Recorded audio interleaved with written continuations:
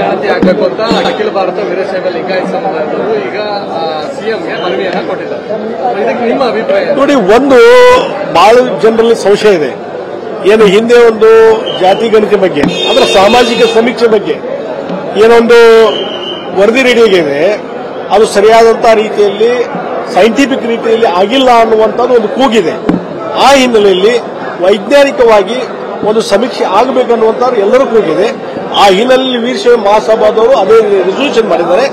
ಅದೇ ರೀತಿ ಇವತ್ತು ಒಂದು ಪರಾಮರ್ಶೆ ಮಾಡುವಂತಹದ್ದು, ಒಂದು ಹೊಸದಾಗಿ ವೈಜ್ಞಾನಿಕವಾದಂತಹ ಒಂದು ಸಮೀಕ್ಷೆ ಮಾಡುವಂತದ್ದು ಅವಶ್ಯಕತೆ ಇದೆ ಅಂತ ಹಿಂದುಳಿದ ಸಮುದಾಯದ ಕೇಳ್ತಾರೆ. ಅದರಲ್ಲಿ ಏನು ಲೋಪದೋಷ ಇದೆ ಅಲ್ಲ, ಅದಕ್ಕೆ ಒಂದು ನೋಡಿ, ಒಂದು ರಿಪೋರ್ಟ್ ತಗೊಳ್ಳುವಂಥದ್ದು, ಅದಾದ್ಮೇಲೆ ಏನು ಲೋಪದೋಷ ಇದೆ ಅಂತ ಫೈಂಡ್ ಔಟ್ ಮಾಡಿ ಮುಂದೆ ಹೊಸದಾಗಿ ಒಂದು ಸಮೀಕ್ಷೆ ಮಾಡುವಂತದ್ದು ಅವಶ್ಯಕತೆ ಇದ್ರೆ ಮಾಡಬೇಕು ಅನ್ನುವಂಥದ್ದು ನನ್ನ ಅಭಿಪ್ರಾಯ. ಕಾಂಗ್ರೆಸ್ ಎಐಸಿಸಿ ಮಲ್ಲಿಕಾರ್ಜುನ ಖರ್ಗೆ ಅವರು ಮತ್ತೆ ಸಿಡಬ್ಲ್ಯೂಸಿ ನಿರ್ಧಾರ ತಗೊಂಡಿದ್ದಾರೆ, ಇದನ್ನ ಜಾರಿ ಮಾಡಬೇಕು ಅಂತ ಹೇಳಿ. ಜಾರಿ ಮಾಡುದಲ್ರಿ, ಒಂದು ಮೊದಲು ವರದಿ ತಗೋಬೇಕು.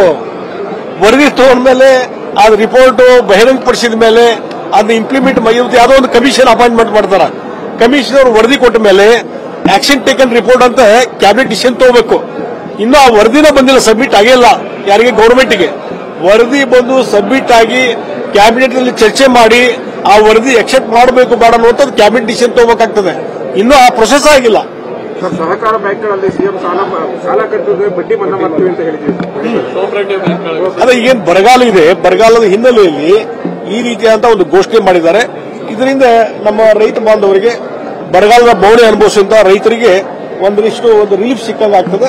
ಅದರಿಂದ ಈಗೇನು ಸಾಲ ವಸೂಲಾತಿ, ಬಡ್ಡಿ ವಸೂಲಾತಿ ಇವೆಲ್ಲ ನಡೆದವೆ, ಅದಕ್ಕೊಂದು ಅಂತಿಮವಾದಂತಹ ಒಂದು ಇತಿಹಾಸ ಹಾಡ್ದಂಗೆ ಆಗ್ಲಿಕ್ಕೆ ಸಾಧ್ಯ.